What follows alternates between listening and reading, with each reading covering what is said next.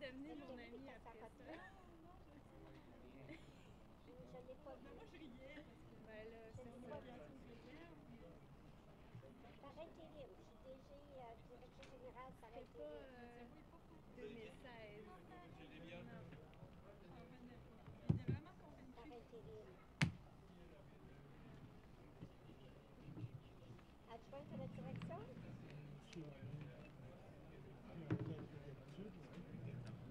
va être directeur ou directrice? Là, on a des chauffeurs. Ben, ça appartient à notre présidente. Là, le CA va enclencher un processus. Je vais postuler, c'est sûr.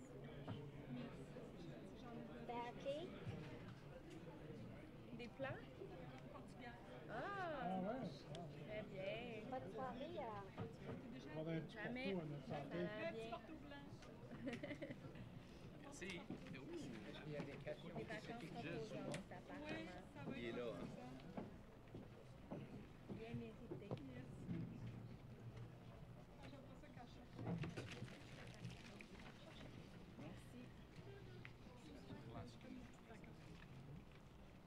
Pas exactement.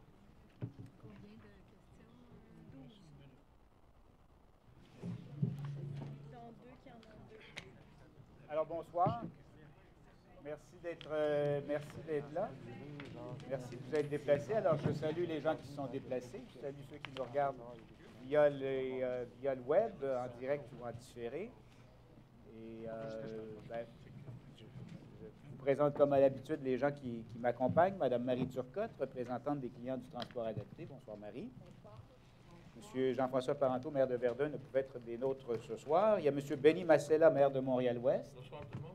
M. Francesco Miele, conseiller de ville dans le district Côte-de-Liesse et leader de la majorité au conseil. Bonsoir. Bonsoir. Mme Nathalie Pierre-Antoine, conseillère d'arrondissement dans Rivière-des-Prairies, Pointe-aux-Trembles. Bonsoir. M. Luc Tremblay, directeur général. Bonsoir. M. Marvin Rotran, conseiller de Côte-des-Neiges, Notre-Dame-de-Grâce, vice-président du conseil d'administration. M. Rotran, d'ailleurs, qui devra s'absenter puisqu'il doit aller à son conseil d'arrondissement où on étudie le budget de 2017 ce soir. Alors, il a, en plus d'avoir passé la journée avec nous, étudié les différents dossiers du conseil. Il doit aller dans un autre conseil tout à l'heure. Donc, si vous le voyez s'absenter, ce n'est pas parce qu'il s'ennuie, c'est parce qu'il a d'autres fonctions. Mme Claudia Lacroix-Perron, représentante des clients du transport collectif. M. Pierre Gagné, maire d'Annecy-Cartierville. Bonsoir. Mme Marie Plourde n'est pas des nôtres ce soir non plus, ça s'en excuse. Maître Sylvie Tremblay, secrétaire générale et directrice exécutive aux affaires juridiques. Bonsoir. Et je m'appelle Philippe Schnapp, je suis président du conseil. Quelques mots seulement en début d'assemblée pour vous parler de cet événement important qui va se dérouler la semaine prochaine, le 50e anniversaire du métro. C'est une date importante pour nous. C'est un grand privilège pour nous d'être ici au conseil d'administration au moment où on célèbre ces 50 ans du métro. Donc, le 14 octobre, on célébrera l'inauguration du métro. Le métro, vous savez, il a commencé à rouler à 14h15. Moi, je pensais qu'ils l'avaient mis en service le matin, mais non, ils ont commencé le métro à 14h15. Donc, on soulignera ça toute la journée, mais notamment à 14h15, vous aurez une pensée pour le métro qui entrerait officiellement en service le 14 octobre, ce jour-là. C'était un événement marquant qui a changé, évidemment, le visage de Montréal, le visage de la mobilité à Montréal. On ne pourrait pas vivre aujourd'hui, n'est-ce pas, sans le métro. Et donc, pour souligner tout ça, son passé, son présent et son avenir, il y a une journée de festivités qui est prévue, qui vont se dérouler à la fois à l'intérieur et à l'extérieur de la station Place des Arts, qui sera le carrefour du 50e anniversaire. Et on a pris les mesures nécessaires pour que la zone où auront lieu les festivités à l'intérieur soit accessible aux personnes à mobilité réduite. Il y a une rampe temporaire qui sera installée. Donc, via l'entrée de la Place des Arts, il sera possible de se rendre là où auront lieu les activités à l'intérieur. Il y a plusieurs activités aussi qui se dérouleront à l'extérieur. Donc, il y aura de l'animation, des prestations artistiques. Il y a quelques musiciens de l'OSM qui seront présents. Il y a Brigitte Boisjoli. On va aussi profiter de l'occasion pour dévoiler des projets qui ont été retenus, qui sont finalistes pour la revalorisation des voitures du MR63. Donc, une foule d'activités qui sont prévues ce jour-là. On vous y attend à grand nombre. Et pour avoir plus de détails, allez voir notre site Internet à stm.info. Les détails sont mentionnés sur le site Web. Donc, avant de céder la parole au directeur général, je veux aussi souligner une nouveauté sur notre site Internet pour aider notre clientèle dans ses déplacements. Vous irez faire un tour. C'est un nouvel onglet qui vous permet de mieux planifier vos déplacements en ayant l'information sur les heures de passage. Donc, je cède la parole maintenant au directeur général, M. Tremblay. Merci beaucoup, M. le Président. Bonsoir tout le monde. Vous me permettrez, à mon tour, de faire un petit clin d'œil au 50e du métro. Évidemment, c'est une occasion pour notre organisation d'être très fiers. Nos employés aussi, évidemment, vous le comprendrez, c'est quand même pas rien, 50 ans. Mais c'est une occasion aussi de se rappeler que pour que le métro dure encore 50 ans, il faut s'en occuper. Et à cet égard-là, on vous a expliqué à plusieurs reprises au cours des derniers mois qu'on faisait des travaux intensifs là, pour être en mesure de, ce qu'on dit dans notre jargon, de réduire le déficit de maintien d'actifs. C'est ce qui explique que quand vous prenez le métro au quotidien, vous voyez des travaux importants, que ce soit à la station Berry-UQAM, Honoré-Beaugrand, Crémazie, Laurier, vous pouvez pratiquement toutes les nommer. On est en train de les rénover de fond en comble. Même chose pour les escaliers mécaniques qui ont beaucoup de travail à faire pour les remettre en état. Si vous n'avez pas l'occasion de le voir, mais dans nos tunnels aussi, il y a beaucoup d'énergie qui est mise durant la nuit pour restaurer tout ça. Donc, on fait tout ce qu'on peut pour que ce soit encore un métro qui va être longtemps fiable et sécuritaire. Mais je pense que c'est important, dans le cadre de ces festivités-là aussi, de lever un petit coup de chapeau à notre clientèle qui, évidemment, vit avec ces perturbations-là, bien qu'on fait tout à notre pouvoir pour les limiter. Il n'en demeure pas moins qu'on est conscient que ça peut affecter votre expérience client quand vous prenez le métro. Alors, pour ces raisons-là, on vous remercie de votre patience et de votre compréhension et on vous assure qu'on fait tout notre possible pour réduire les inconvénients au minimum. Alors, malgré tout, comme M. Schnob l'a dit, il reste que la semaine prochaine, c'est une grande semaine de festivités. Donc, on vous invite à venir nous retrouver pour fêter notre métro, son 50e, et on vous souhaite justement un bon 50e. Merci beaucoup tout le monde. Et pour l'occasion, l'autre jour de l'événement, vous aurez la possibilité, si vous présentez dans le réseau, de voir ce petit macaron et un autre petit cadeau aussi, là, pour ça distribuer aux premières personnes qui se présenteront. Donc, on veut que vous fassiez partie de la fête. Puis, tu sais, j'en profite pour souligner que ce livre-là qui a été publié, qui raconte l'histoire du métro de Montréal, qui a été écrit par Benoît Cléroux, qui travaille ici aux communications, et c'est très bien fait, ça se lit très vite, mais c'est plein d'informations très intéressantes et fascinantes, des choses que vous allez apprendre. Si vous pensez que vous connaissiez le métro, vous allez apprendre des choses dans ce livre-là. Très bien fait. Alors, là-dessus, on va passer à la période des questions. J'appelle M. Laurent Morissette.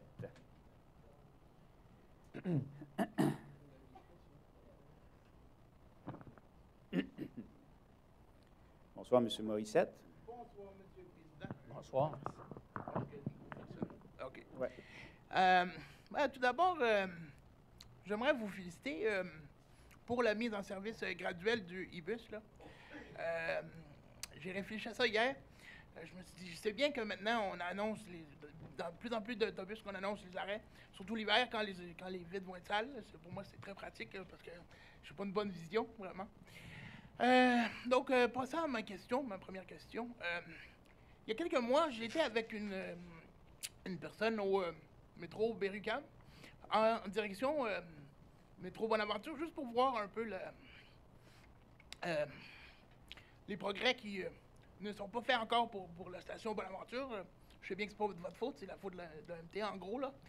Puis là où j'ai constaté un problème, c'est lorsqu'on passe notre carte pour accéder au... vous savez, passer pour aller au niveau du quai, là, vous savez, là? La position du lecteur fait en sorte qu'une personne à mobilité réduite comme moi a vraiment beaucoup de difficulté à... Parce que vu que le lecteur est en haut de la barrière, c'est vraiment difficile de passer la carte sans avoir besoin d'aide de quelqu'un. Puis moi, je me demandais vraiment, est-ce que la personne responsable de notre dossier au sein de la STEM n'a pas noté cette problématique-là? Parce que moi, j'ai échappé ma carte lors de cette visite-là. J'ai dû demander à un inconnu de la ramasser pour moi. Donc moi, ça m'a vraiment tiqué un petit peu parce que je me suis dit, quelle est aussi la position du RUTA qui peut-être aurait constaté cette problématique-là. Donc, j'aimerais entendre ce qui en est. Est-ce que c'est une contrainte technique qui a forcé la pose du lecteur en haut de la barrière ou quoi? Écoutez, d'emblée, là, je ne peux pas vous dire dans quel contexte ça s'est fait. Évidemment, ces bornes-là, ces tourniquets-là ont été remplacés notamment pour permettre de s'ouvrir de manière à pouvoir faire passer un fauteuil roulant, là. Est-ce qu'il y a des interventions qui pourraient être faites pour... je pense que votre commentaire est quand même pertinent. On va examiner la situation. J'en profite par ailleurs pour vous dire que la station Bonaventure, si vous avez regardé l'ordre du jour, on adopte une résolution ce soir là, qui nous donne... c'est lié à l'AMT parce qu'il faut les autoriser à faire des travaux chez nous. On va les autoriser à faire des travaux chez nous pour qu'ils puissent rendre la station accessible, donc leur portion. Et les travaux pour la station Bonaventure devraient être complétés à la fin 2018. Alors, c'est une bonne nouvelle également. Là, ça sera cette station-là qu'on ne comptait pas dans nos stations accessibles pourra désormais être comptée dans les stations complètement accessibles. Donc, les travaux commencent d'ici la fin de l'année. Ils devraient durer 2 ans. OK, donc si j'ai compris, c'est d'ici 2018 que...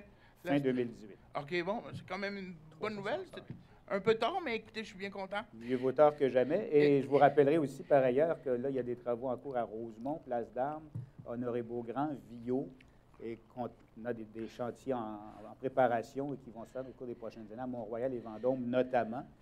Et ça, c'est les choses qui ont déjà été annoncées. Puis, donc, notre volonté de rendre les stations accessibles est toujours présente. Maintenant, votre commentaire est pertinent. Il faudra voir si les tourniquets, si les accès ne devraient pas être examinés là, de manière à éviter le problème que vous avez soulevé. Ben, en fait, c'est pas vraiment au niveau de l'accès, c'est vraiment plus au niveau du lecteur. Oui, ben, je comprends très bien. Je pense qu'on a compris. Puis, OK. on va le prendre en note, puis on va examiner la situation et voir quelles sont les solutions qu'on pourrait envisager. Et puis, si vous me permettez une petite question complémentaire, on a déjà parlé ici du fait que les signaux dans les autobus pour signaler qu'on veut la rampe sont inadéquats parce que souvent les chauffeurs ils n'entendent pas la cloche. Puis ça m'est arrivé cette fin de semaine où est-ce que ça a passé 3 arrêts de suite où est-ce que le chauffeur n'a pas entendu. Puis quand il a fini par entendre, il a dit que moi je n'avais pas sonné. Donc je sais qu'on a déjà discuté que peut-être vous alliez revitaliser, faire des modifications pour rendre le son plus distinctif ou que la formation soit plus adéquate pour ça, pour que des questions comme ça, des problématiques comme ça ne se reproduisent pas. J'aimerais savoir où est-ce que ça en est vraiment avec ça, parce que, comme je vous dis, je suis content que vous ayez fait le e-bus, mais si la personne ne peut pas réclamer la rampe, et puis est victime d'attitude du chauffeur qui dit la question se poserait de la part de n'importe quel client. Là. Écoutez, j'ai vu votre commentaire en fin de semaine là, sur Facebook, puis je me suis posé la question. On va demander une réponse, puis on pourra vous expliquer qu'est-ce qui a été mis en œuvre pour faciliter tout ça. Parfait. Merci beaucoup. Merci. Bonsoir. Monsieur Gilbert Bauer. Monsieur Rotran, bonsoir. À la prochaine.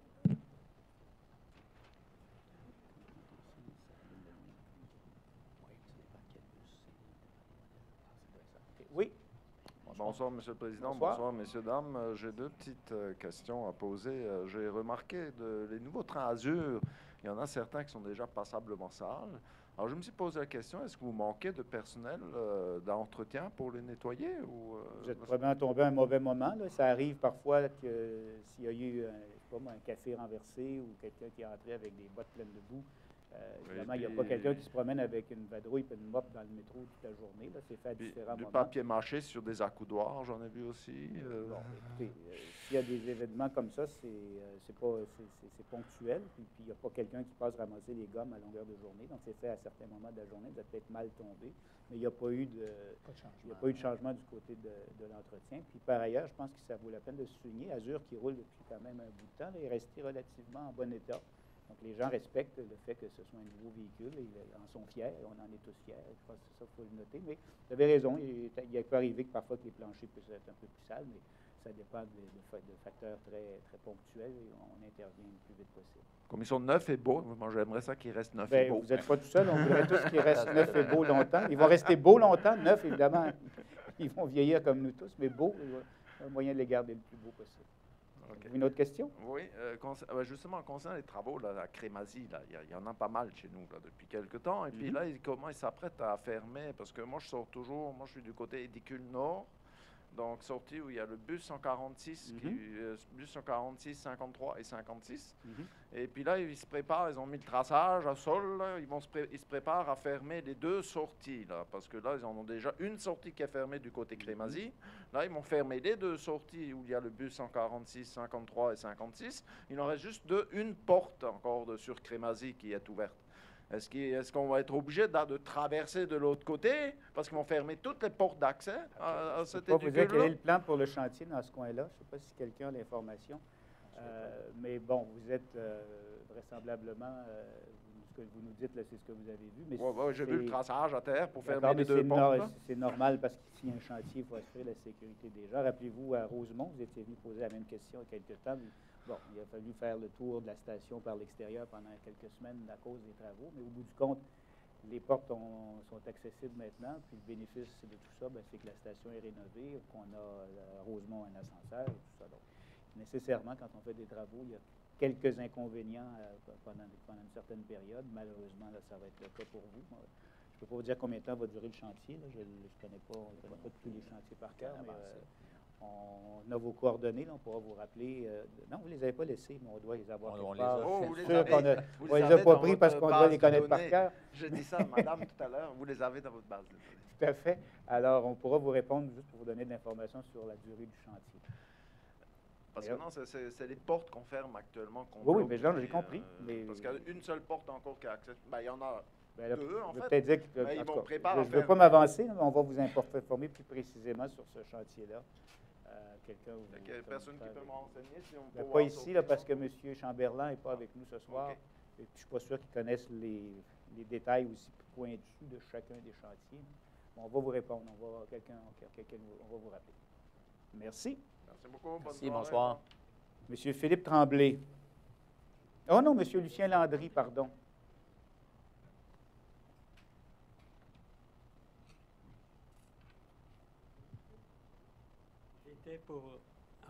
J'étais pour vous demander si vous étiez de bonne humeur. Ah. Jusqu'à présent, oui. Vous avez souligné le 50e anniversaire du métro. Par coïncidence, le Centre communautaire des loisirs Sainte-Catherine d'Alexandrie, qui est situé en plein centre-sud, fête aussi ses 50e. On va essayer de vous contacter pour comment on peut joindre cette démarche-là, parce qu'il y a des milliers de personnes du centre-sud démunies, âgées, multiculturelles, les personnes handicapées participent aux activités du 50e anniversaire. Puis on va souligner ça le 10 novembre. D'ailleurs, on va vous envoyer une invitation. On vous a remis une lettre officielle. Puis j'ai rencontré aussi la madame qui s'occupe des relations avec la publicité, tout ça. On a remis un dossier. Parfait. Donc, on souhaite que vous serez des nôtres à cette Bon, fête. on va regarder ça. Vous avez une question? Puis là, c'est ma question que je voulais souligner, c'était le projet de la navette d'or. Est-ce qu'il y a eu des changements? Est-ce qu'on reconsidère certaines démarches, surtout dans le centre-sud? Parce qu'on sait de plus en plus, il y a des personnes âgées qui sont situées dans le centre-sud, spécifiquement dans Ville-Marie. Il y a des expériences qui se font encore dans d'autres régions. Puis on voulait savoir si la STM va se pencher pour ce secteur-là, Ville-Marie. J'ai appris aussi que la personne qui était responsable du dossier a été transférée auprès de votre conseil. Alors, on voulait savoir s'il y a des décisions qui vont se prendre très prochainement là-dessus. Bien, c'est-à-dire particulièrement dans le secteur dont vous parlez, c'est un secteur qui est très bien desservi, on ne peut pas dire le contraire, là, par la ligne de bus. Là, il y a plusieurs lignes de bus là, qui desservent assez bien de façon... la plupart des artères principales avec une très bonne fréquence. Donc, dans ce secteur-là, je pense qu'on invite davantage les gens à utiliser le réseau régulier. Maintenant, il y a une réflexion qui devra être faite aussi sur la population vieillissante et comment on peut adapter nos services à cette population-là. Mais ça va faire partie de notre plan stratégique, comment on regarde vers l'avenir dans les 10 prochaines années, comment on adapte notre façon de faire à une population vieillissante. Donc, c'est là où on en est dans la réflexion de ce côté-là. Est-ce que vous prévoyez une consultation auprès des différentes instances? On va y participer, puis demandez-vous pas ce que vous pouvez faire pour nous, mais comment ensemble on puisse travailler ensemble dans l'intérêt de ces personnes âgées. Bon, bien, c'est pris en note. Je vous remercie beaucoup. Merci. Merci, Au bonsoir. revoir. Monsieur Philippe Tremblay.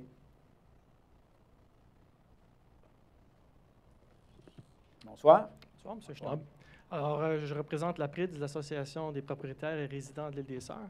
Et en l'été 2015, je crois que c'était au mois de juin, le trajet de l'autobus 12, donc qui relie l'île des Sœurs à l'île de Montréal, a été allongé. C'est-à-dire que le terminus qui était à la station La Salle a été déménagé une station à l'ouest, donc de l'église.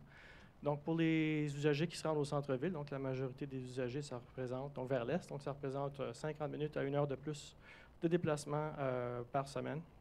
Alors, je voudrais savoir si c'est possible d'obtenir les données de passage de l'autobus 12, soit hebdomadaire ou mensuel, pour les années 2013 à 2016. Donc, afin qu'on puisse comparer. Oui, moi, je n'ai pas ça là, mais c'est possible de les avoir, mais vous comprenez qu'on n'a pas ça là, comme ça. Mais M. Bélanger, qui s'occupe de la planification, pourra vous faire parvenir, on a vos coordonnées, pourra vous faire parvenir ces informations-là. C'est clair, c'est pour pouvoir comparer l'effet, établir l'effet du changement de façon mois par mois et en comparant les données d'une année à l'autre. Quand on fait des changements, il faut quand même attendre un bout de temps avant que ça devienne, qu'on puisse juger de l'effet des changements. Là. En quelques mois, c'est peut-être un peu court, mais on va quand même vous fournir l'information. OK. J'ai rien à Ça va? faire. Merci. Merci beaucoup. Merci, bonsoir. Madame Mélissande Charbonneau.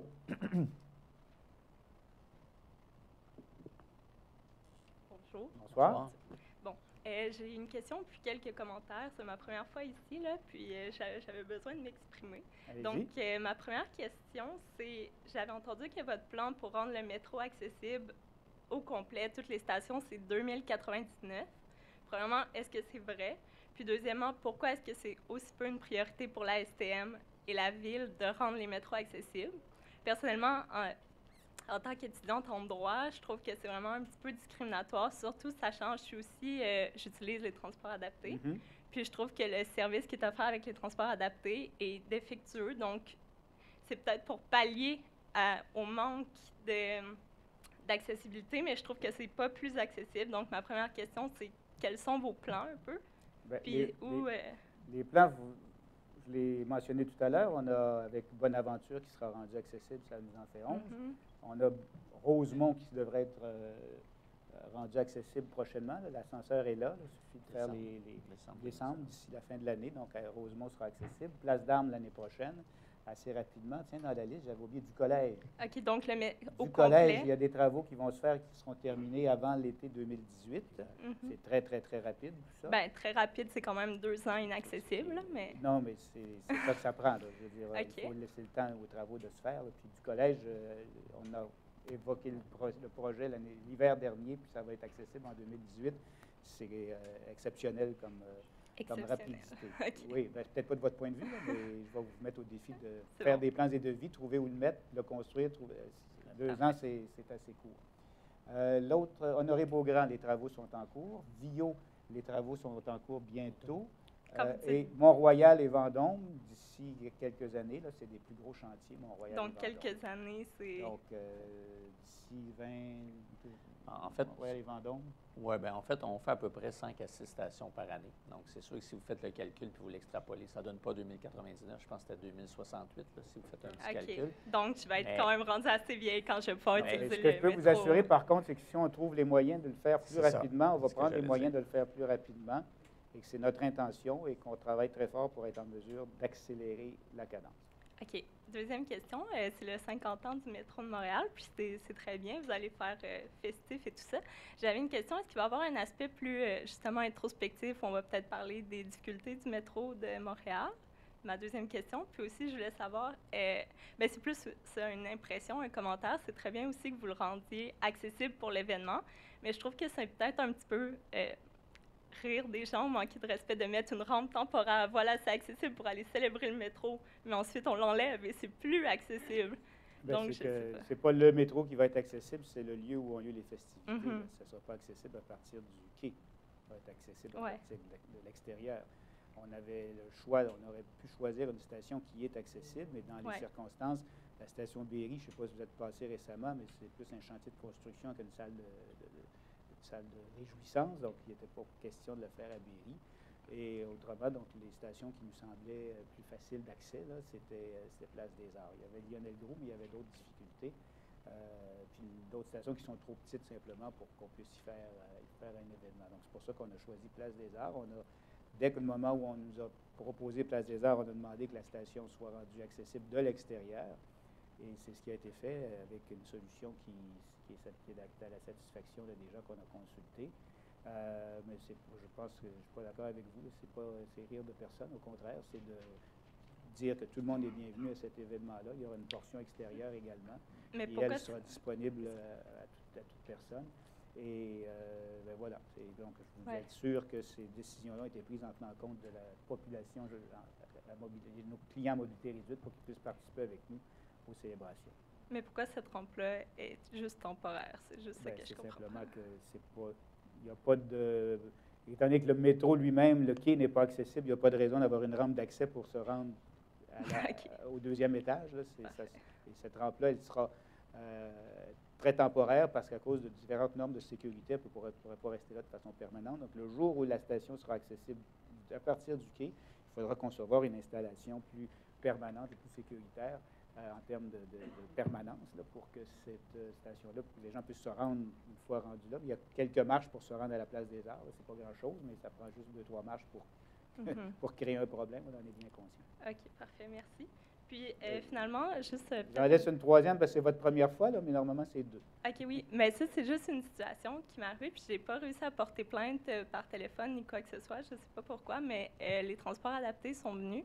En fait, c'est une vanette avec en arrière 3 places. Puis, quand ils sont arrivés, il n'y avait juste pas assez de place pour que je puisse m'asseoir, en fait, en arrière, parce qu'il y avait déjà 2 personnes. Donc, j'ai dû attendre 1h30 de plus pour qu'un autre véhicule vienne. Ensuite, j'ai essayé de porter plainte et je n'ai jamais pu parler à quelqu'un, donc je me suis déplacée ici. Bien, avez-vous l'heure précise et le détail de ce déplacement-là en particulier? Oui, je vais J'avais dit là, M. Gagnon, là, parce que ça ne devrait pas arriver, ça. Normalement, on calcule le nombre de places en fonction du nombre de personnes.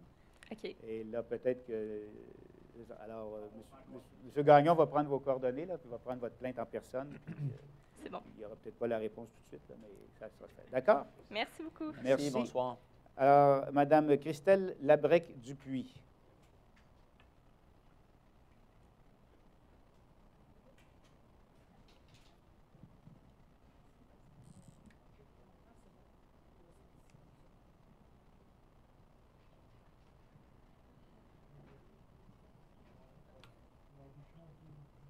Alors, vous êtes dans le groupe? Okay. Bonsoir. Bonsoir. Donc, moi, c'est Christelle Labrec-Dupuis, du regroupement des usagers du transport adapté et accessible de Montréal, le RUTA. Je suis venue aujourd'hui, en fait, avec des membres du RUTA, des gens qui appuient ce que je vais dire au nom du RUTA. Dans le fond, nous aussi, on vient parler des fêtes du 50e. En fait, le RUTA vous a envoyé une lettre adressée à M. Schnob et M. Tremblay il y a quelques semaines. En fait, nous, on dénonçait justement le fait que vous n'avez pas choisi une station accessible. On vous demandait de changer de station et d'en prendre une qui est accessible pour faire les festivités. Vous nous avez répondu avoir considéré Berry-UQAM, justement que vous ne pouviez pas le faire là pour des questions de sécurité et de fluidité. Ensuite, vous avez dit que vous aviez choisi Place des Arts pour d'autres raisons et qu'elle serait rendue accessible temporairement. Dans le fond, vous nous parlez seulement d'une station qui est accessible dans le réseau que vous n'avez pas pris, mais il y en a d'autres. Donc, notre question ce soir, c'est est-ce que vous avez vraiment considéré toutes les stations accessibles avant de choisir Place des Arts? Et si oui, mais pour quelle raison aucune n'a été choisie? Bien, ce choix-là a été proposé, Place des Arts. Ça nous a semblé, au comité service à la clientèle, être un bon choix dans la mesure où on la rendait accessible. Sinon, on pourrait faire le tour de toutes les stations accessibles, puis peut-être, de par simplement leur architecture, se rendre compte que ce ne serait pas possible. Vous connaissez la station Champ-de-Mars, par exemple?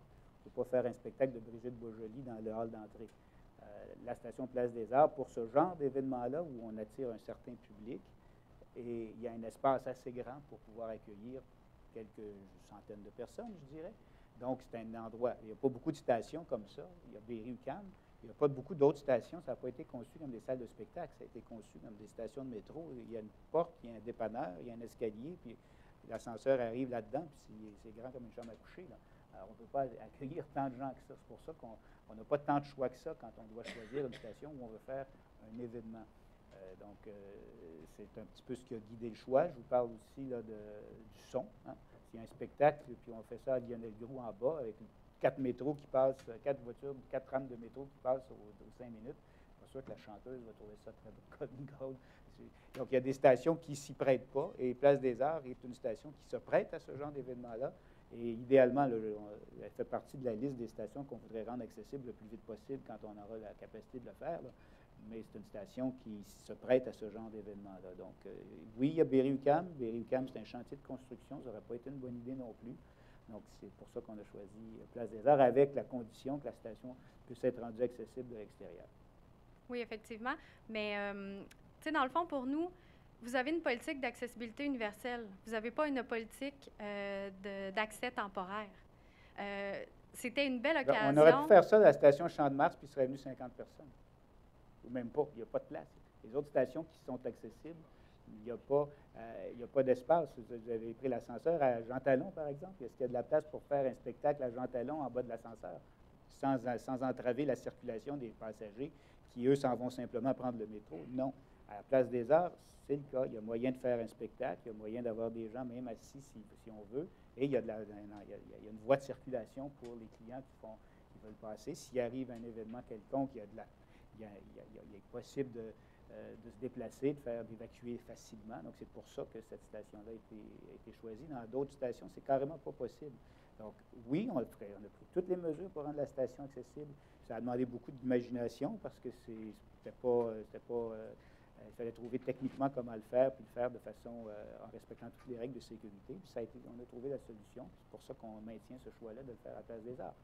Mais si on le prend la question dans l'autre sens, vous auriez pu choisir des activités qui se faisaient dans une station accessible et non pas essayer de faire entrer un spectacle dans une station qui est accessible. Bien là, on aurait... D'accord. Vous allez aussi faire pour des le activités 100e anniversaire, extérieures. je vous invite à faire partie du comité d'organisation. On a choisi de faire un spectacle, il y a des discours, il y aura des gens qui vont venir prendre la parole. C'est une station qui permet de le faire. Autrement, on n'aurait rien fait, là, parce que les autres stations ne permettent pas ce genre d'activité. Donc, on a choisi une station qui permettait au plus grand nombre de personnes de participer, notamment aux personnes à mobilité réduite, en rendant la station accessible. Alors, c'est des décisions qui ont été prises. Je comprends Exactement. que ça puisse être... mais notre objectif, c'est de rendre le plus de stations accessibles pour pouvoir éventuellement le faire ailleurs. Mais encore là, les stations de métro ne sont pas conçues pour être des salles de spectacle. Donc, il n'y a pas tant de stations que ça qui permettent d'organiser des événements. Puis même si on rendait toutes les stations accessibles, les choix seraient quand même limités. Mais pour nous, ce ne sont pas des arguments qui nous conviennent. Là. Vous l'avez dit plusieurs fois, on a fait le choix de cette station-là. Effectivement, vous avez fait le choix de ne pas respecter l'accessibilité universelle, puis nous, c'est ça qu'on déplore. Bon, alors je prends votre commentaire en note. Merci. Merci. Monsieur Julien Pelletier.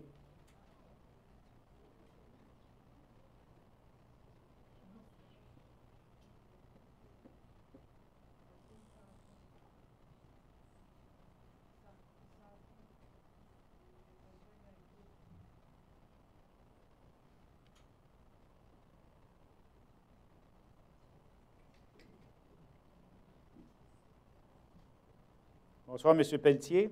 Bonsoir. Bonsoir, Monsieur le Président. Je salue également tous les membres du Conseil d'administration. Bonsoir. Alors, Monsieur le Président, ma question est celle-ci.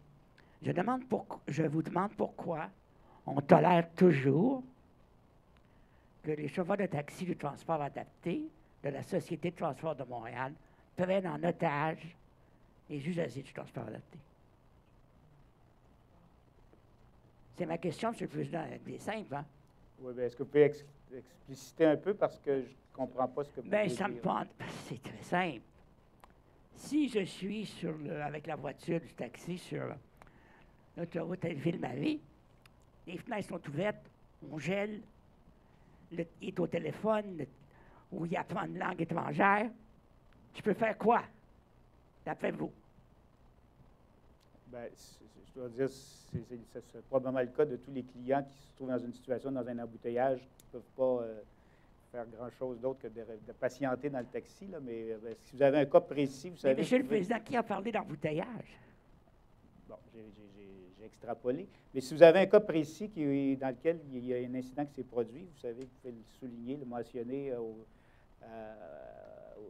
transport adapté. Si M. Gagnon est ici, il peut le prendre en note. Monsieur le Président, je n'appelle plus le service à la clientèle. On me dit les chauffeurs de taxi doivent penser à leur confort et à leur bien-être. Si vous appelez plus, vous ne pouvez pas nous reprocher de ne pas intervenir s'il y a un problème. Oui, mais écoutez, on se moque de nous. On dit, vous êtes jamais content, monsieur. Comment ça se fait, ça?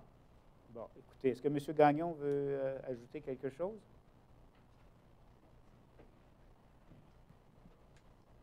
Bonjour, M. Pelletier, Mario Gagnon, directeur du transport adapté. Bonjour, M. Gagnon. La première des choses, c'est sûr que vous l'avez bien dit, vous avez raison. C'est au chauffeur de s'assurer le confort du client et non pas l'inverse. Vous avez compris l'inverse, mais ce qu'on vous dit, c'est... C'est ce que votre transport, le service à la clientèle m'a dit. Non, bien, écoutez, peut-être ça a été dit, je m'excuse si on a fait une erreur, mais tantôt on vous l'expliquait, je vous réexplique. Effectivement, dans les règles et consignes, que ce soit un chauffeur de taxi ou minibus, le chauffeur a la responsabilité de s'assurer du confort du client. Alors, s'assurer que le client soit à l'aise au niveau de la chaleur, de l'air climatisé et tout le kit. Ça va pour ça, M. Gagnon? Ça va pour ça, M. Gagnon? Oui. Avez-vous une autre question? Oui, j'en ai une. J'ai une petite question technique, M. le Président. Je ne sais pas si vous pouvez me répondre.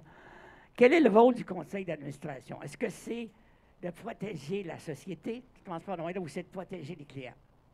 C'est certainement de prendre en considération les intérêts du client dans le respect de l'organisation. Qu'est-ce que ça veut dire? Pouvez-vous élaborer là-dessus?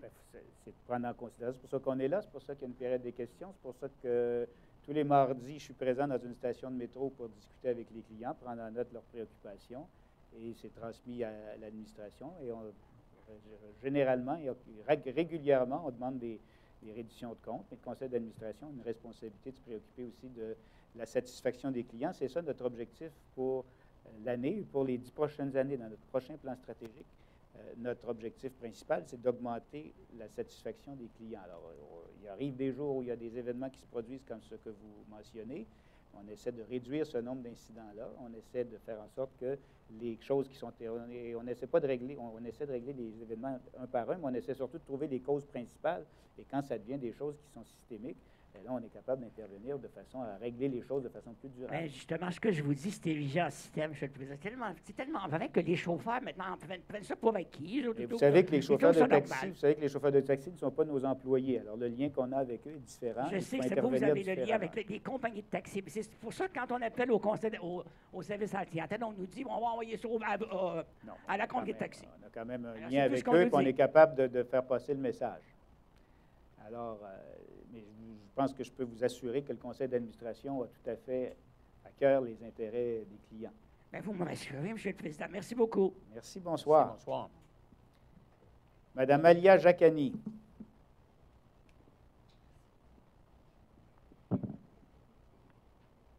Madame Jacani? Ah, OK, pardon. Vous êtes derrière la colonne, je ne vous voyais pas. Bonsoir. Bonsoir, Monsieur le Président. Bonsoir. Je m'excuse, merci. Bonsoir. Bonsoir. Alors, moi, j'ai juste un petit malaise. C'est pas trop gros. Je suis très satisfaite et tout. Mais l'autobus, moi, j'habite sur le boulevard P9, la 139, et le matin, tout. Je sors exactement comme à 7h50, à 6h50 pour aller travailler. Mais elle bloque la ruelle pour que je puisse, parce que mon garage est juste là, puis je sors avec la voiture, puis la grande autobus musclé là, est tout le temps là. Puis il faut que j'attende exactement 17 minutes pour que tout le monde débarque. Il y a plein de monde qui débarque. 17 minutes exactement. Pour évacuer un autobus. On Je évacue l'ai un avion en calculé 90 secondes. 3 fois. Je l'ai calculé pour qu'il débarque tout le monde. Écoutez, on a votre adresse, là. On va demander à M. Bélanger de faire des vérifications. Là, 17 minutes pour que tout le monde descende. Oui. Vous ne donnerez pas votre adresse, mais vous êtes près du métro, c'est ça? Vous avez mon adresse, le 2678. Oui, le métro Pinard, le 2678 OK. Pinard. Ne dites pas votre adresse ici, parce que là, c'est en ligne sur Internet. Oui, je l'ai laissé à la madame. Mais j'ai votre adresse, M. Bélanger, qui s'occupe de tout ça, va faire une vérification. Oui. Il ne va pas aller vérifier si vous avez raison, mais il va aller vérifier. il va aller vérifier ce qu'on peut faire pour éviter que ça se produise. Oui, mais j'ai appelé, mais j'ai laissé un message et on m'a rappelé et j'ai parlé avec un M. Dooney, je me rappelle. Il était très sympathique. Ça a arrêté comme 3-4 jours, puis ça a recommencé encore. Alors, je voulais venir ici pour faire ça parce que faut que je me réveille L'embarquement comme... par toutes les portes sur P9, on fait C'est aussi le l'immeuble. débarquement par toutes les portes, j'espère. C'est exactement l'immeuble avec la ruelle et le bloc la Mais là, l'autobus reste stationné même après que les gens soient sortis? Des fois, il reste un petit peu. C'est exactement... C'est peut-être pour ça que ça prend tant Mais de temps. c'est un grand autobus. C'est Oui, oui, le monde qui va travailler dans le métro, c'est ça. Mais regardez, c'est Je me réveille maintenant, j'ai trouvé la solution moi-même. Je me réveille 20 minutes d'avance. Au lieu que je prends mon café chez moi, je la prends au travail. Avec Ibus, vous allez l'avoir en temps réel. Merci infiniment. Merci beaucoup. Sortir de chez vous avant que l'autobus passe. Merci beaucoup. C'est ce que je fais. Bonne journée. Merci, Bye bye. bonsoir. Bonsoir, Monsieur Maurice Demers.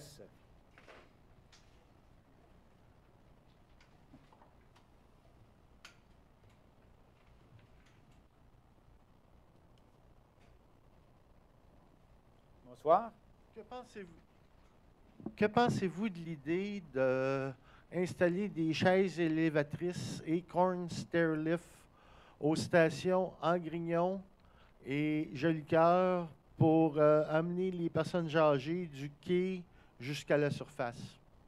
Dans ces cas-là, puis comme dans tous les autres, la solution, surtout dans une station comme Angrignon, là, qui n'est pas très profonde, la solution, c'est d'installer des ascenseurs, là, c'est clair.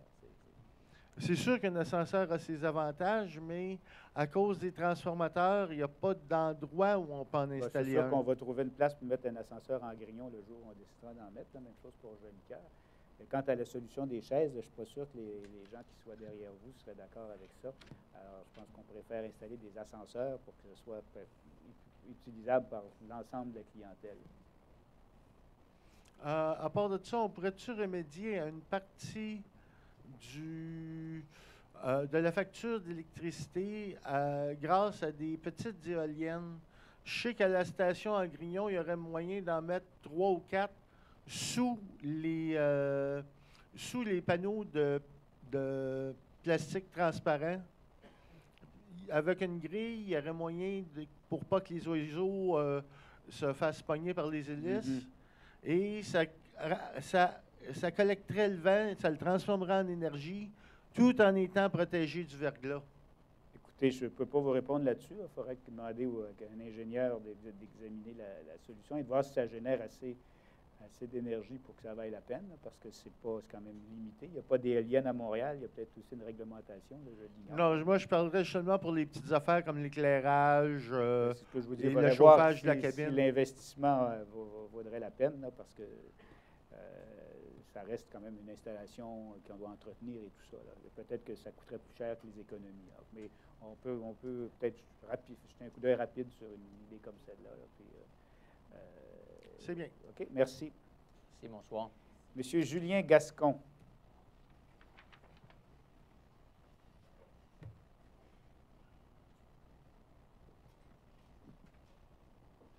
Bonsoir. Bonsoir. Désolé, j'ai mes questions par écrit ici. Juste un petit commentaire. L'entrée qui est en travaux, c'était vraiment pas bien indiqué parce que moi, j'ai pas pris le transport adapté. Je partais de McGill, puis j'ai cherché pendant 15 minutes jusqu'à temps que je rencontre un gars avec le walkie-talkie. Mme Turcotte nous l'a signalé en arrivant. C'est une problématique qui est liée demain aux travaux dans la bâtisse. Puis ça n'a pas. Mme Turcotte l'avait mentionné ce matin. Là, on va s'assurer qu'on prenait les mesures. Peut-être qu'on n'a pas affiché correctement, là, mais c'est noté. Puis le mois prochain, je vous assure que si c'est encore en construction, on va s'assurer que les indications sont claires. Oui, c'est ça. C'était marqué par le café, je ne sais pas quoi, Express, mais il fallait passer par l'hôtel finalement. C'est ça. Bon, je me demandais, dans les nouveaux horaires, j'ai remarqué que pour certaines lignes, il y a beaucoup moins de passages prévus à l'horaire qui sont avec une rampe avant. Pour certaines lignes assez populaires, comme là, j'avais fait un listing, mais je l'ai oublié, mais j'avais notamment la 55, la 51, il me semble qu'il y avait la 24, la 18. En tout cas, c'est une constatation que j'ai faite. Puis aussi, pour certaines lignes, justement, la semaine passée, j'ai eu à prendre la 420, qui est une ligne express. Puis, le dernier passage à rampe avant, il était... Bon, c'est pas l'arrêt que j'ai pris exactement parce que là, j'ai le planibus, mais ça dit 17h41. Bon, moi, j'ai pris un arrêt un peu plus loin, donc quelques minutes après, alors que la ligne va jusqu'à 19h. Donc, les 3 passages suivants. Donc, ça restreint un peu parce que, dans le fond, pour être sûr d'avoir un bus qui fonctionne, il a fallu que je parte beaucoup plus tôt de l'université. Donc, c'était un commentaire, quelque chose que j'ai observé. Bien, pour ce qui est du nombre de passages par rapport aux lignes, là, M. Bélanger va faire une vérification. Là. Cela dit, vous savez qu'on remplace les bus. On en achète 52 cette année, donc qui sont des bus à rampe avant, donc avec une rampe, une rampe qui est plus fiable. Au cours des prochaines années, combien de bus on remplace? 300, presque les 2 300 prochaines années. au cours des 2 prochaines années. Donc, évidemment, tous ces bus-là à rampe à l'arrière qui sont peu fiables, on a bien hâte de s'en débarrasser, mais on doit les garder 16 ans. Donc, c'est au gré de leur vieillissement qu'on les remplace, mais donc 300 bus de plus au cours des deux prochaines années, qui s'ajouteront donc aux combien de bus à rampe avant que nous avons. Question quiz, combien de rampes avant? 960 déjà, on va rajouter 300, donc on s'en vient avec la flotte totale. On s'en vient avec la flotte totale, mais on va commencer par on s'en vient vers une majorité là, de bus à rampe avant, donc ça devrait améliorer la situation. Donc il va y avoir davantage de bus à rampe avant. C'est sûr qu'il faut l'étaler, mais on ne peut pas décider, nous, de changer les bus avant leur fin de vie utile, donc c'est pour ça qu'on n'en a que 300 au cours des prochaines années, mais d'ici 2025, là, vous allez voir une augmentation substantielle du nombre de bus à rampe avant. OK.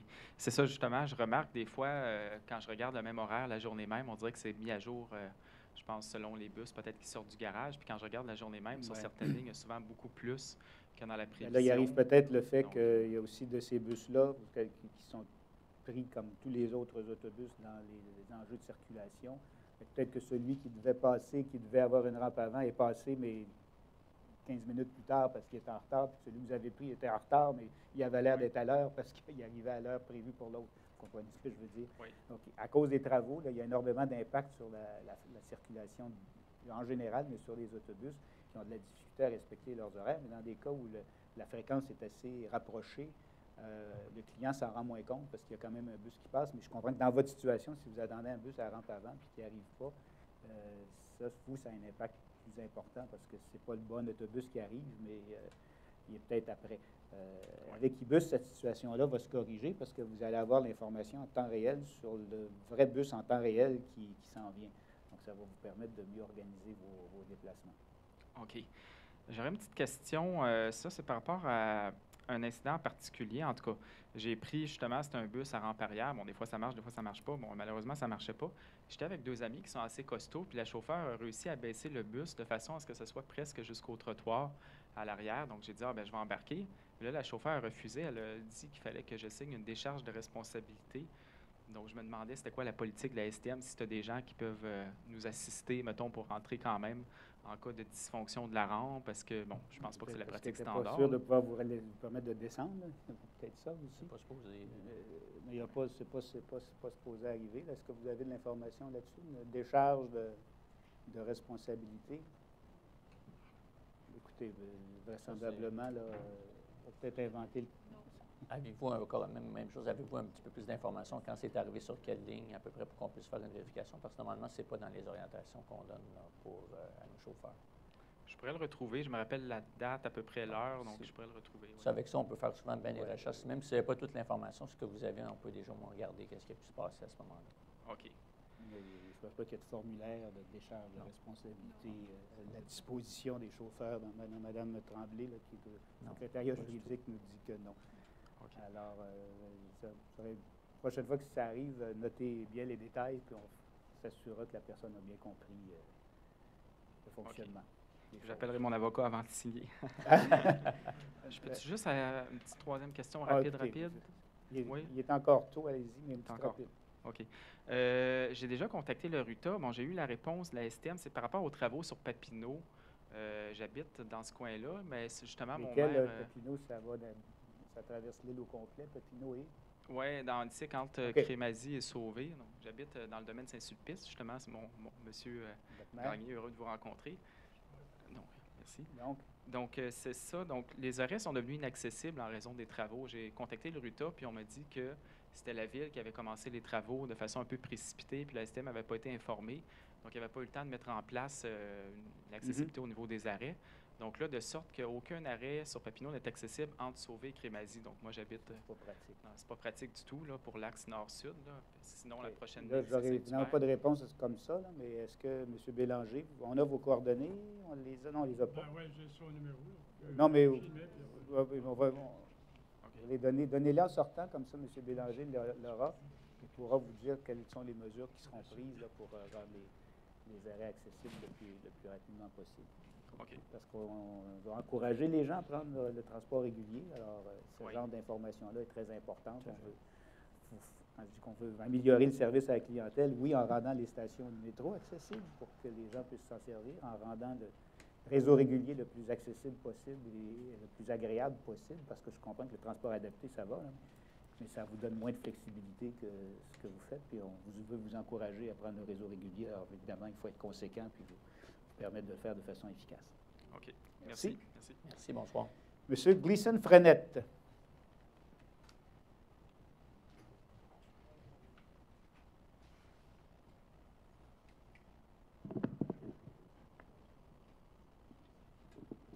Bonsoir.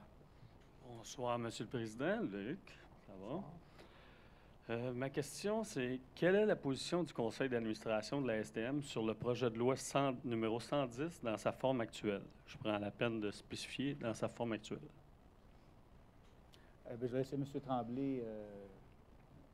En fait, la position du conseil d'administration, je pense que c'est la même de la direction, en fait, qui repose sur celle de la STM, un peu celle que je vous ai expliquée quand on s'est vu lundi. Je ne pense pas que c'est nécessaire de revenir là-dessus. On en a parlé amplement lundi. Et je réitère que la même proposition que je vous ai faite quand je vous ai vu lundi, là, je ne pense pas qu'on va être obligé d'utiliser ça pour être capable de s'entendre sur les prochaines conventions collectives. Donc, il n'y a pas de changement par rapport. Je pense que je vous ai transmis la position de la STM au complet à ce moment-là quand on s'est rencontrés lundi dernier. Je voulais m'en assurer. J'ai une deuxième question. Est-ce que le conseil d'administration voit des côtés positifs pour la STM dans ses relations de travail avec ses employés en rapport avec ce projet de loi, toujours bien sûr dans sa forme actuelle? Bien, M. Tremblay l'a indiqué tout à l'heure. Il nous a fait part d'ailleurs au cours du conseil d'administration aujourd'hui de la rencontre que vous avez eue, des enjeux qui sont soulevés, et aussi du fait qu'il y aura des négociations et que dans l'ensemble, généralement, ce genre de processus-là arrive au bout d'un certain temps quand il y a des difficultés et qu'on a bon espoir de pouvoir discuter avec les syndicats bien avant ça, puis de s'entendre rapidement et de régler les enjeux qui nous préoccupent de façon conjointe et de façon efficace. Non, mais je voulais être certain de savoir si le conseil d'administration il voit des côtés positifs à cette loi-là. Parce qu'on dit qu'on va négocier d'avance, mais dans l'ensemble, voyez-vous ce projet de loi-là comme positif pour les relations de travail? Bien, ça reste un projet de loi. On attendra que la loi soit adoptée pour en prendre connaissance. Dans un projet de loi, il peut y avoir des modifications. Donc, à ce moment-là, on évaluera le tout. Mais ce qui nous importe, c'est surtout le climat. Puis le climat, à mon avis, est bon et on a l'intention de profiter de ce bon climat-là. Mais je spécifie bien, là, vous me dites que c'est un projet de loi, mais je vous le demande dans sa forme actuelle, comme s'il serait adopté là. Bien, je ne me prononcerai pas sur un projet de loi comme ça, sans l'avoir lu, mais je prends les informations que M. Tremblay nous a soumises, puis je pense qu'il y a eu des conversations avec vous à cet égard-là. Et ben voilà. Parfait. Moi, même si c'est ma première fois, moi, vous évitez de répondre à une troisième question. Merci. Merci beaucoup. Alors, M. Renato Carlone. Probablement sur le même sujet. Bonsoir. Je suis le Bonsoir. président du syndicat des chauffeurs d'autobus, operateurs de métro et services connexes. M. Chenot va régler quelque chose. Carlone. Carlone, je me posais la question. Oui, c'est parce que ça fait 1200 fois que tu le dis, là. Bien, je voulais être poli, mais j'aurais dû vous le demander. Carlone. Carlone, parfait. Merci. Comme mon confrère, on a des préoccupations. Effectivement, c'est sur le même sujet. On vous a rencontré, M. Tremblay, puis c'était bien clair, c'était bien correct. Par contre, si on est live, ma question, je vais en poser juste un, mais aux deux. Donc, la question est qui va être l'autre côté de la table, au négo. On doit se préparer. Le projet de loi est juste un projet. Par contre, l'article 2, elle l'a passé avec le transport terrestre dedans. Non seulement dedans, il y en a rajouté encore. Donc, on sait probablement qu'elle va passer comme ça. Maintenant, est-ce qu'on va négocier avec le RTM? Est-ce qu'on va négocier avec le STM? Ou est-ce qu'on va négocier avec M. Coderre? C'est tout. M. Tremblay, à toi. Monsieur Carlone, je vous l'ai dit lundi, je vais répéter ce que j'ai dit, mais comme vous dites, c'est live, donc je n'ai pas peur de... Mais juste une question, simple. Oui, elle est Je veux très pas simple. que tu répètes. STM. Ça va être la STM, je l'ai expliqué lundi. Oui. J'ai expliqué que c'était important qu'on le fasse rapidement parce que nous, après ça, on va devoir négocier avec le RTM pour l'entente de contractualisation. Mais votre vis-à-vis dans les négociations, c'est la STM. Ça l'a toujours été, ça va le rester pour le futur aussi. Ah oui, donc, M. Schnapp. C'est exactement ça. La nouvelle agence, l'Agence régionale de transport, on va, nous, négocier un contrat de performance avec l'agence. Oui. Mais notre contrat de performance va tenir compte des différents enjeux, notamment des conditions de travail et tout ça. Donc, ça, cette négociation-là avec la RTM va se faire après. C'est pour ça, comme l'a dit M. Tremblay, c'est important d'avoir eu les discussions avec les syndicats, d'avoir eu des ententes pour qu'on sache quelles seront nos demandes. Oui. Tout ça, on va négocier avec la Il fallait que RTM. ça soit clair parce qu'on Mais n'a c'est pas clair que c'est avec la d'affaire STM que vous allez négocier. à être là-dedans. Et Je ne même- comprends pas c'est pourquoi ça. on est dedans, mais on est dedans. Et Donc, même quand l'agence va être créée, là, reportons-nous dans 10 ans qu'on aura d'autres négociations, où les gens qui seront ici en auront, ça sera toujours la même chose. C'est toujours la STM qui va négocier avec ses employés. Il n'y a Parfait. aucun changement dans la loi qui prévoit autre chose que ça. C'est beau. Je viens ici assez souvent. M. Pelletier, je le connais, il est venu au micro assez souvent poser la même question. On a une solution. Le transport adapté des chauffeurs d'autobus de la STM, là, eux, ils n'ont pas de pas de plainte, ils ont des félicitations. Donc, laissez faire les taxis, puis mettez plus de boss transport adapté, plus de chauffeurs transport adapté, puis vous allez avoir moins de plaintes pour votre clientèle que vous tenez tellement. C'est un bon C'est point. noté. Merci. Merci, M. Carlone. Merci, M. Carlone. À la prochaine. Alors, ça met fin à l'Assemblée. Non, ça ne met pas fin à l'Assemblée, ça met fin à la période des questions. Hey, est-ce qu'on bat un record? Oui, avec le nombre de questions, sûrement. Non, mais on a appris beaucoup de choses. Vous aussi, j'espère. Alors, on passe maintenant à l'ordre du jour. Article 1. Adopter l'ordre du jour de la présente Assemblée du Conseil d'administration. Je propose. J'appuie. L'article 1 est adopté. Article 2. Approuver le procès-verbal de l'Assemblée du Conseil d'administration de la Société tenu le 7 septembre 2016. Je propose. Je l'appuie. L'article 2 est adopté. Les articles de la rubrique 3 de 3.1 à 3.3. Je propose. J'appuie. Alors, article 3.1, adjuger un contrat à l'E-Pétrole Parkland pour la fourniture de carburant diesel et biodiesel. C'est un achat regroupé. Article 3.2, augmenter l'enveloppe budgétaire du contrat adjugé à UAP Inc. pour la fourniture de jantes de roues d'autobus. Et article 3.3, autoriser l'adhésion de la STM au dossier d'achat regroupé avec le Centre de services partagés du Québec pour l'acquisition de portables robustes. Alors, comme ça a été proposé et appuyé, je dis que les articles 3.1, 3.2 et 3.3 sont adoptés. Article 4.1, adjuger un contrat à Vidéotron pour l'acquisition de liens téléphoniques de type SIP. Je propose. J'appuie. L'article 4.1 est adopté. SIP, vous allez vous demander qu'est-ce que ça mange en hiver. C'est simplement un contrat qui va nous permettre de remplacer les lignes téléphoniques traditionnelles par des lignes IP. Et pour aller vers ça, il faut donc acquérir, avoir ce contrat-là à Vidéotron, puis ça va nous mener vers cette nouvelle façon de faire la téléphonie qui va nous permettre des économies d'à peu près 1 million par année en moyenne. Article donc de la rubrique 5, 5.1 à 5.5. 5.1, adjuger un contrat à Normandin-Baudry, actuaire conseil, pour des services conseils en rémunération et avantages sociaux.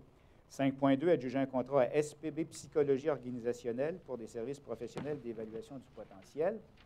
5.3, adjuger des contrats à Cofomo Inc., Landry Associés, Groupe Conseil Fixe Innovation, Savoir-faire Linux et KPMG pour des services spécialisés en technologie de l'information. 5.4, adjuger des contrats à conseiller en gestion informatique CGI, Solutions Beyond Technology, le groupe Créatech et groupe RGY Consultation pour des services spécialisés en technologie de l'information. Et 5.5, adjuger des contrats à Cofomo Inc., savoir-faire Linux et Certi-Placement pour des services spécialisés en technologie de l'information. Je les propose, Monsieur le Président. Je les appuie. Les articles 5.1, 5.2, 5.3, 5.4 et 5.5 sont adoptés. Je souligne que dans tous ces cas, ce sont des contrats de 3 ans qui sont en fait des enveloppes, au fond, qui sont autorisées aux besoins. Alors, dans certains cas, ils ne seront pas dépensés totalement. Et dans d'autres cas, oui, mais on a des redditions de comptes qui nous permettent d'évaluer tout ça à la fin des contrats. Article de la rubrique 8, 8.1 et 8.2. 8.1, adjuger un contrat à AMEC Forster Wheeler Environment et infrastructures pour des services professionnels de pré-inspection, post-inspection de bâtiments et d'infrastructures, suivi de vibrations pendant les travaux de construction et autres services connexes. 8.2, autoriser l'acquisition de terrains de la Commission scolaire de Montréal et l'obtention des permis d'occupation permanente du domaine public dans l'arrondissement du plateau Mont-Royal. Je propose et je les appuie. Les articles 8.1 et 8.2 sont adoptés. Dans le cas de la Commission scolaire, c'est pour un poste de ventilation mécanique qui va être construit entre les stations Laurier et Rosemont, un poste de ventilation qui permet d'améliorer la circulation d'air dans les tunnels, de rafraîchir les tunnels. Et c'est donc un élément qui permet d'améliorer aussi indirectement la satisfaction des clients qui vont faire moins chaud dans le métro. C'est bien simple. Rubrique 12, 12.1 à 12.5. 12.1, autoriser le bail avec 3928 446 Canada Inc. pour la location d'un local situé au 5800 Saint-Denis. 12.2, autoriser une entente de construction avec l'Agence métropolitaine de transport pour l'accessibilité universelle à la station Bonaventure. J'en parlais tout à l'heure. Les travaux vont commencer fin décembre pour se terminer en 2018. Il s'agit d'installer 3 ascenseurs. 12.3, renouveler l'entente de partenariat duo auto plus bus avec Communauto pour 2016-2017. 12.4, prolonger l'entente d'utilisation de la carte Opus comme identifiant sur les véhicules de Communauto. Et 12.5, autoriser une entente de service avec l'AMT pour la gestion des opérations du corridor Amos, de l'édicule prototype Amos dans le cadre du projet intégré SRB P9. Je propose. Je les appuie. Les articles 12.1, 12.2, 12.3, 12.4 et 12.5 sont adoptés. 13.1, adopter le système de pondération et d'évaluation des offres pour les services d'accompagnement pour l'acquisition et l'intégration d'un logiciel de gestion des talents. Je propose. Je l'appuie. L'article 13.1 est adopté. Et l'article 14.1 a amendé le calendrier des assemblées publiques du Conseil d'administration de la Société de transport de Montréal pour l'année 2016 en déplaçant l'assemblée prévue le 2 novembre au 3 novembre. Notez bien, donc le prochain CA aura lieu le 3 novembre, le jeudi 3 novembre et non pas le mercredi comme à l'habitude. Je le propose et je l'appuie, Monsieur. L'article 14.1 est adopté. La raison pour ça, c'est qu'à l'Hôtel de Ville, on va déposer le programme d'immobilisation. Donc, la plupart, tous les membres ici qui sont des élus devraient, à ce moment-là, être à l'Hôtel de Ville. Donc, c'est pour ça qu'on a déplacé le conseil d'administration un jeudi soir.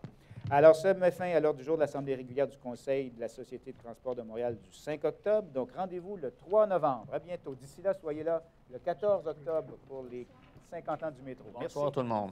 Merci.